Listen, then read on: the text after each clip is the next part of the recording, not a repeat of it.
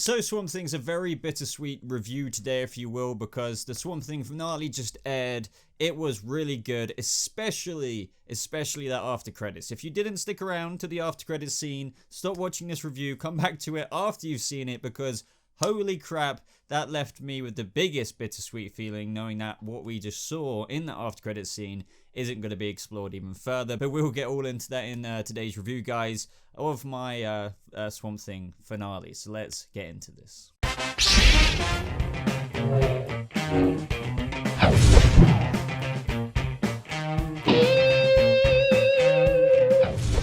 How's it going, Swamp Things? Welcome to my review for the finale. As I just said in the intro, obviously, but no, seriously, this episode was pretty cool. There are some things that I felt like, you know, in terms of the fact, one thing we have to remember right off the bat, I'll start with this, is that there were originally 3 more episodes meant to be shot for this first season. And when they were told, I'm paraphrasing this, but they were like told, you know, as they were shooting episode 9, I think, or maybe it was episode 10. It doesn't really matter. I think it was episode 9. By the way, that, you need to wrap things up next episode, when they thought at this point in time that they had 4 more episodes, including 10. So, you know, I was identifying things throughout it, which I thought, okay, this seems to be substituting what I think we would have gotten, things like that. But nevertheless, the way they pulled off this finale, considering they had to like rewrite and do reshoots and all of that stuff, you know, and just finish it within the next episode from when they were told that they were cancelled, if you will, which they were. It was impressive. It was very impressive. But let's jump right into this review of the finale, guys. So subscribe for more DC Universe coverage just like this, whether that's on Titan Season 2, Doom Patrol Season 2, and all of the good stuff that is ahead with DC Universe. And yeah, I guess this is it for Swamp Thing, but you can be sure to know that I'll update you on anything we get Swamp Thing related in the future, if there is any kind of material, anything coming off of this show. So right at the beginning, guys, it more or less picks up from the end of last episode. So Swamp Thing thinks that he was, well, he kind of states that he was never Alec Holland. But what I even said in my last review with Abby is that I was hoping that she would still reassure him, in the sense that everything that made Alec is still within Swamp Thing. So I was very happy to see that Abby was reassuring Alec, or Swamp Thing, if you will. And it was just a lot of inner turmoil going on for Swampy, which I felt really bad for, because he realized, obviously, after the last episode, that he is just 100% plant matter. But it goes back to what I was saying in the last review as well, is what makes us human. Is it really just like the fingernails and the eyeballs that we have, or can you still be human in a different kind of being, if you will, like Swamp Thing, which is made up of plant matter, but if you have the consciousness and the memories and everything like that instilled, does that still qualify you? I think it does. And then next up in this episode, guys, we had Jason Woodrue, who was tying up his wife to a chair, you know, and this was horrible because she had locked-in syndrome because of the overdose of her medication that she took. And can you even imagine for a split second having that, like, no control over your muscles or anything? Now, that is terrifying, and you could really see it in her portrayal throughout with what Woodrue was trying to do, because if you guys remember, he came home to his wife, who had taken too many pills, but he came home with like the cooling boxes of Swamp Thing's human organs, if you will, even though we know that was just the plants trying to like recreate what Alec thought was, you know, human. And as a result of this, these tissues, if you will, from Swamp Thing would have insane mutagenic regeneration properties that he could give his wife. But the thing I want to jump onto is when he tried out the heart for himself, which he said was like the highest concentrated part of the mutagenic regeneration, and he started fitting, I was very excited. I know that sounds bad, but like, if you guys know who Jason Woodrue becomes in the comics, and considering I didn't know if we were going to get him this episode, and I still didn't at this point, I was still like, oh my god, does this mean he's going to just like turn into said FLORONIC man? And even though that didn't quite happen here, it definitely spiced up my interest for the rest of this finale episode, just because they were clearly going in that direction with Jason Woodrue, which I thought might have been sacrificed, which it was probably highly in part sacrificed, considering we've got 3 episodes cut, but at this point we were still getting something to do with it, and that was making me very happy. Now, to be honest, talking about sacrifices, I am kind of a bit sad in terms of Daniel Cassidy's character, because in this episode, you know, as I wrote down in my notes here, Liz goes to Daniel's shop, and he's saying to Liz that he hears the Blue Devil voice in his head. That's where he was playing all that loud music, and other than that, he just wants to get out out of Mirai and find his own path. So you could argue, oh yeah, this was a nice little wrap up for his storyline, like he's going to leave Mirai now, will probably return obviously if we have more episodes, but you know, he's kind of a superhero, if you will, a very kind of jarred one. He doesn't know quite where he's landing at the minute, but he's the Blue Devil, he will get there. But either way, he was sent on his way, he managed to escape, no blue flames engulfed him or anything when he left the border, but that was it. That was it, and this is unfortunately a consequence of this being the, you know, cut down to 10 episodes. I really was hoping for something else, some kind of other tease, but no, that was it. As far as if I'm remembering correctly, he left Mirai, and that was it for Daniel Cassidy. And it was only last episode when we fully got his Blue Devil stuff. So yeah, this is some of the frustrations coming out of it, but you know, I completely understand given, well, what we were given with season 1. It makes sense. But let me know how you felt. I think we can all agree we would have liked more Daniel Cassidy, aka Blue Devil, in the final episode, but they still had a whole bunch. You know, you have to give them a bit of credit here. They had a whole bunch to close up, or try their best to do so with this episode. So moving on, guys, we had Abby heading to Maria, who's in that psychiatric institute, but at the same time, she had Xanadu there. Now, Abby was heading there to learn more about the Conclave members, because those guys were after Swamp Thing this episode. We'll get onto that in a second. But Xanadu tells Maria that she had tapped into a dark power through trying to see Shauna again, and now, as a result, the demons have kind of corrupted her. Now, she could offer her some kind of peace, and that was effectively done through her now basically seeing Shauna has come back to her, and she's going to be basically delirious for the foreseeable future. She warned Marie that she would maybe not ever come back from this if she enters this peaceful state, if you will, and as a result, she's kind of just entered this state of being a bit loopy, delirious, or should I say delusional, but at least she's happy, you know, seeing her daughter, but as a result, she might be in this kind of state where she'll never come out of it. Now, this was interesting because this is another kind of issue I had, but understandably they were cut for time. I don't need to rehash that every time I bring something like this up, so don't think I'm being overly critical, but it did feel like they introduced the Rot or the Black this season through stuff like this and the whole Shauna thing, but it did feel benched quite a few episodes ago. I think ever since that drowning episode where we had Susie taken over by Shauna, like the Rot was clearly meant to be this side threat alongside maybe like Woodrue coming at the end, but it was benched, but it was still technically there all this time, but they obviously through the cuts and everything didn't have as much time to highlight Maria's connection with Shauna and all of that stuff. So it was just kind of like, oh, that was substituted, but it's still there, by the way. You're kind of like going to be corrupted and stay in the psychiatric institute under a lot of haunting in a way, if you will, because of the demon's corruption. But hey, let's readdress that again and I'll give you some peace, and that is your story wrapped up for this season. So I did write down here, so is that it for Maria? Like, technically it is, if we were getting like a season 2. I guess she would have come out of it, and you know, the writers could write in anything, trust me. They would have come out with a story of her somehow getting out of this institute or something like that. She would have been back. She wouldn't have just been written off. I find that highly unlikely. Now, one thing I really enjoyed about the whole Conclave people going after Swamp Thing, you know, with the mercenaries, is I loved how it was like horror vibes with Swamp Thing taking these enemies down like really stealthily, hanging them up in the trees and the vines, if you will. The mercenaries wanted to leave, but they had that whole kind of line. It reminded me of Predator. It was like, oh, we're not hunting it, it's hunting us. And that was just great. Swamp Thing was not running away this time. He was giving them the full force of the green. Now let's quickly sidetrack to the Matt Cable stuff. You know, because he woke up in the hospital, his sheriff mama was there. And this is where, despite what happened, Avery is still really trying to say that him and the sheriff can be together with Matt, you know, turn over a new leaf.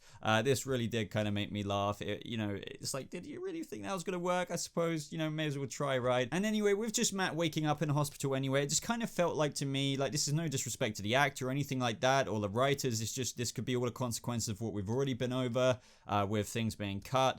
But his story seemed to be going nowhere this season. Of course, if he wasn't in some of the scenes he was in, they wouldn't have played out the same. But I'm just saying there wasn't really much to him. There really wasn't much to him. But as I want to keep reiterating, like, he could have had even more to play, especially with the tease they were going for here in the next 3 episodes we were supposed to get. So from what I saw from Matt Cable, I was enjoying his character. And from what they've now teased with Avery and him in season 2, if we were ever to get that, would have been a very interesting path for this character to go down. Like, he was just kind of hired by his father unbeknownst to him to sort out Alec Holland, so it made him a murderer, but he was trying to get back onto the right path through his mother's influence and protecting him. But now his mother died, and now he would be groomed, if you will, from his father, who he's only just recently found out to be his father, Avery Sunderland. So you could see where Matt Cable was heading in season 2 if we were going to get that, which was interesting. Maybe he would have become even more dark and everything like that, given who his father is, and now his mother isn't around. But let's talk about his mother, because I just jumped that gun. I have to admit, as soon as I saw his mom sitting by the hospital bed, I thought, she's gonna leave and she's gonna die. I don't know if any of you felt like that was predictable, but I even wrote down in my notes, is she gonna die? Question mark. And then I wrote down, I knew it. So when she got back into her car, Avery was sat there waiting for her. I believe that he did love her and everything, but you know, he was just like, well, this can't keep going on. You're going to kill me or I'm going to kill you, and it's going to go back and forth. So as I said, that was a very interesting twist, even though it was very expected from me in that moment. I kind of liked what they decided to do. As I just said, in season 2, we would have had probably some lie made up by Avery that she was murdered, and Avery Sunderland would have taken over as the parental figure in Matt Cable's life, and that would have been interesting just for a dynamic between him, Abby Arcane, Avery Sunderland, and who Matt would become in a future season. Now let's go back to the Jason Woodrue scenes. Earlier in the review, we just left it with him fitting on the floor, and I was really excited for how this could go out. But when he got up and put his hand on the desk, he splintered it. This was making me seriously excited because I've really liked Jason Woodrue's the scenes with the actor. I think he's great. I could see the FLORONIC man in him, even without the costume on, and that's not an insult to the actor, but he definitely has that look, just the likeness of the comic book character of the FLORONIC man. So the fact we were getting this transformation kind of unfold before our eyes in front of Abby Arcane and his wife and everything was just, as I keep mentioning, I keep praising it. It was very exciting for me. Ever since he ingested a bit of Swampy's heart, he said that he describes that he feels a little bit more a part of nature and the plants around him. And I have to admit, guys, when he was stunned by the police tracking the GPS coordinates on Abby's phone, I have to admit, I was just like, no. Was this all like, because he was obviously apprehended, taken away to the police station? I just thought, oh, so that's all the FLORONIC man were getting. At the time, I truly believed this, because I was just like, well, we've only got 10 episodes. They've cut it down. Maybe this is what was cut out. They wanted to do FLORONIC man. I said in my early reviews this season, I wouldn't be surprised if they cut him out because of this. And then when I saw this, I was just like, no, I guess you gave us a little bit of him, but we're not going to get to see him. But after credits. Now, as for Swampy, of course, he beat the Conclave. I love how he left Ellery alive as a guy who could tell the tale of the Swamp Thing, so he would never come back, and just to leave him alone. This was all very graphic. As I said, though, as cool as it was, it did feel like a substitute to what we were probably supposed to get, which I'm vibing is like a FLORONIC man versus Swamp Thing showdown. Considering the after credits scene, imagine if we got more, there probably would have been this kind of duel of the Swampies. The next thing I want to talk about is probably one of my favorite scenes in the series, and that was with Alec talking to Swamp Thing, or if it's kind of Alec talking to Alec. But if you want to look at it this way, it's kind of like the greeny or plant side matter to Swamp Thing, talking to his conscious self, who is Alec, and who is really Alec Holland if you think about it. Like, he still is alive. He's living on through Swamp Thing, but it's kind of like both versions. There are kind of like two versions, even though they're the same. And the fact that he was talking to himself, and how he was just describing how other people don't see him as human, just as a thing, and in how himself, Alec, the true part of him, was just trying to help him understand who he really is and who does he want to be from here on out. It was just really, really cool, really trippy, and it was just, it was just satisfying to get this kind of conclusion between Swamp Thing and himself after learning about Alec Holland being dead. So as for like the official end to the series in terms of that scene with Alec and Abby, I thought it was a really nice way to end it. It was definitely like a scene. I'm wondering if this was a reshot scene, but it was a nice way to kind of, conclude it, but also leave it up to be maybe picked up another day if that were to ever kind of happen. Just saying, hey, this is probably where we're going to go from here. It was a tease in terms of how she initially started saying how she cares for him, but not just as who he was before, but for who he is now. But then they mention the darkness is still wanting to break free. As I said, it felt like that was kind of benched from what we got in the beginning of the season with all the bugs and all the stuff they presented that way. But they're kind of leaving it off with, oh, we're still trying to break free and I'll be here right alongside you to stop the black and the rot and the darkness and stuff. So it was a nice tease, leaving it off for another day. But it was also satisfying, and you could argue they can leave it there if we're never going to get anything else ever, because it's just like, it gives us an idea where these characters are going to go. We don't need to see where it goes if there isn't another season, which there isn't, but you know what I mean. But in our minds, we can see where Abby, Arcane, and Swamp Thing are to go from here on out, and that was nice. That was nice to see. But then they had to properly tease us with that after credit scene. So this after credit scene saw Matt Cable sometime after waking up in hospital, going back to the sheriff's station to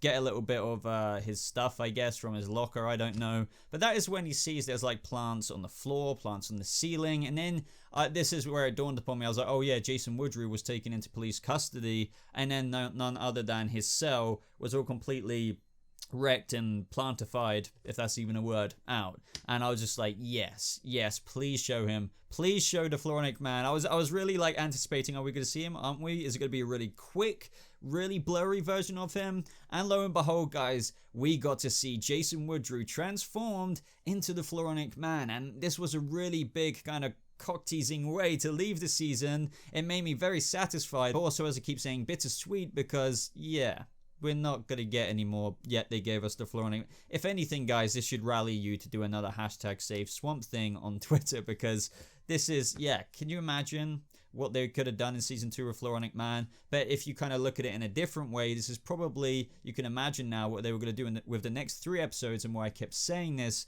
is because I'm betting that the original intended finale was meant to be something like Swamp Thing versus FLORONIC Man. It definitely did feel like a finale. Even Titan season 1 finale didn't feel as good of a finale as Swamp Thing's finale, and that this was cut from 3 episodes.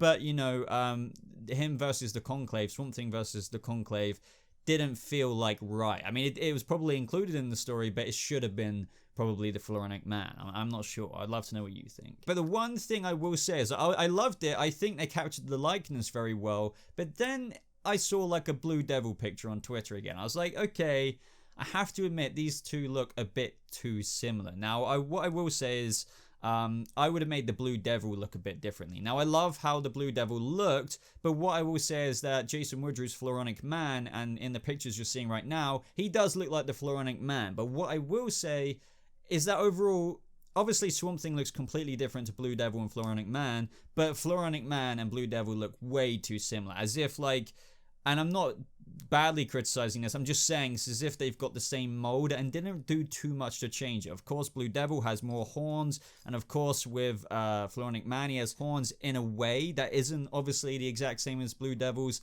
but you can see what I'm getting at. And even though they both look awesome, by the way, let me know. I think they do a little bit, but hey ho, I'm not complaining. Like, we've got 2 amazing things out of that, FLORONIC Man and Blue Devil. But everyone, I'm going to end the review now because this has been going on way too long, but I thought I'd make it an extra lengthy one because, hey, it's not like I'm probably going to do another Swamp Thing review given the fact that it was cancelled.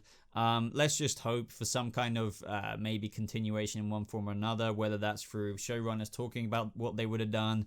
You never know, like, you know, a comic would be cool, but hey, that's probably not going to happen. But, you know, just let me know what you thought of the finale, guys. I thought it was really good, obviously. I've been praising it this whole time. And when I say good, I mean good, but also taking into account that obviously things were cut, and you could also tell that, but you have to be forgiving in the sense that we're meant to be 3 more episodes. And now we're told that when they were filming episode 9. Next episode, you're done. Oh, okay. That's ridiculous. So they did very well. And as I said, considering Titans also got cut an episode or 2, I think, but their finale wasn't even a finale. I mean, come on.